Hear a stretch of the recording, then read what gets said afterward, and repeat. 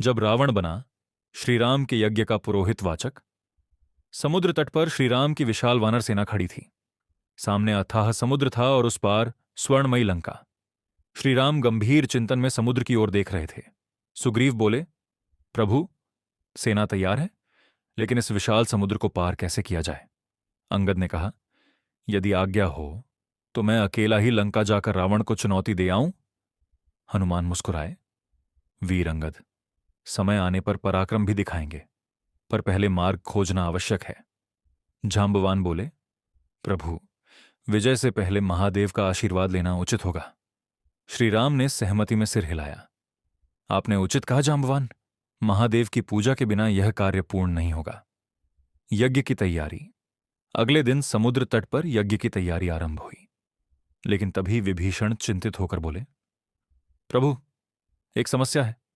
इस महायज्ञ को पूर्ण वैदिक विधि से कराने के लिए महान वेदज्ञ आचार्य चाहिए। सुग्रीव बोले, क्या कोई आर्षि मुनि नहीं मिल सकते? विभीषण ने उत्तर दिया, समस्त विद्वानों में रावण जैसा वेदों का झाता दूसरा कोई नहीं। यह सुनकर सभी वानर चौंक गए। अंगद क्रोधित होकर बोले, क्या हमारे शत्रु को बुलाया जाएगा? हनुमान ने शांत स्वर में कहा, धर्म के मार्ग पर कभी कभी आश्चर्यजनक निर्णय लेने पड़ते हैं। श्री राम बोले, यदि रावण सबसे योग्य आचार्य है तो निमंत्रण उसी को भेजा जाएगा। जांबवान लंका पहुंचे। स्वर्णमयी लंका में रावण राजसभा में बैठा था। तभी द्वारपाल ने सूचना दी, महाराज, जांबवान आपसे मिलना चाहते हैं। रावण मुस्कुराया, उन्हें आदर सहित भीतर लाओ। जांबवान सभा में पहुंचे। रावण बोला, जांबवान, युद्ध आरंभ होने वाला है। ऐसे समय में शत्रु का दूत मेरे दरबार में, कारण क्या है? जांबवान बोले, लंकेश, मैं युद्ध की नहीं, धर्म की बात करने आया हूं। रावण हंसा, धर्म और राम? कहो, क्या संदेश लाए हो? जांबवान ने कहा, श्रीराम महादेव का यज्ञ करना चाहते हैं।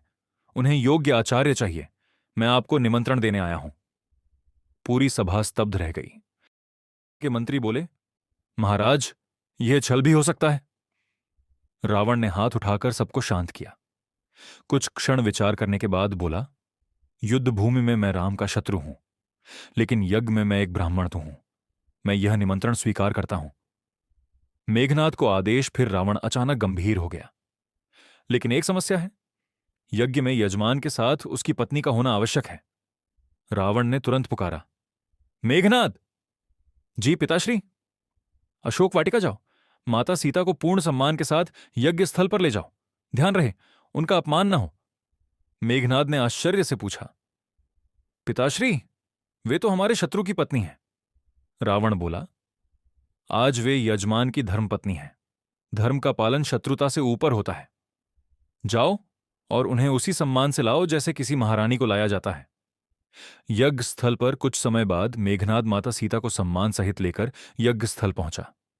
रावण ने वैदिक मंत्रों का उच्चारण प्रारंभ किया। ओम अग्नये स्वाहा, ओम अग्नये स्वाहा, ओम शांति ही शांति ही शांति ही। समुद्र की लहरों के बीच यज्ञ की पवित्र अग्नि प्रज्वलित हो उठी।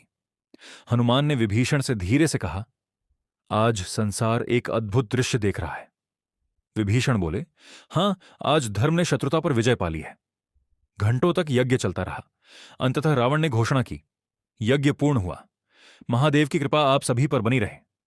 सीता को वापस भेजना। रावण ने मेघनाद की ओर देखा। मेघनाद। जी पिताश्री। जिस सम्मान से माता सीता को यहां लाए थे, उसी सम्मान से उन्हें वापस अशोक वाटिका पहुंचा दो। जैसी आज्ञा। मेघनाद माता सीता को पुनः सम्मानपूर्वक वापस ले गया। दक्षिणा यज्ञ समाप्त होने पर श्रीराम ने हाथ जोड़कर कहा, आचार्यवर, कृपया अपनी दक्षिणा स्वीकार करें। रावण मुस्कुराया, रघुनंदन, मुझे स्वर्ण रत्न या राज्य नहीं चाहिए। तो फिर क्या चाहते हैं? रावण बोला, जब मेरा अंतिम समय आए तब मेरे सम्मुख उपस्थित रहना, यही मेरी दक्षिणा होगी। श्रीराम ने उत्तर दिया, तथास्तु। समापन वाचक। समय बीता, युद्ध हुआ और अंततः रावण का अंत निकट आया। कहते हैं कि श्रीराम ने उसकी अंतिम इच्छा पूरी की और उसके सामने उपस्थित हुए। यही कारण है कि यह कथा आज भी लोगों को सोचने पर मजबूर कर देती है। कभी कभी धर्म इतना महान होता है कि वह शत्रु और मित्र का भेद भी मिटा देता है। जय श्री राम।